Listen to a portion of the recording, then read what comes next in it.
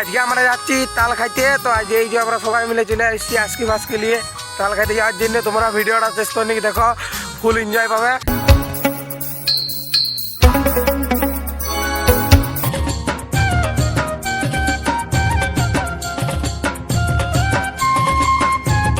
তো যখন আমরা এই তাল গাছটাতে পাড়ছিলাম তখন দেখছি ওই তাল গাছটা ভালো করে আমরা তো তালগুলা পাড়া গেল না, তাই আমরা অন্য একটা কাছে চলে এলাম আর এই ছেলেটাকে চাপাই দিলাম। তো আমি আর বেশি কিছু বলবো না, তোমরা ভালো একটা এনজয় করো।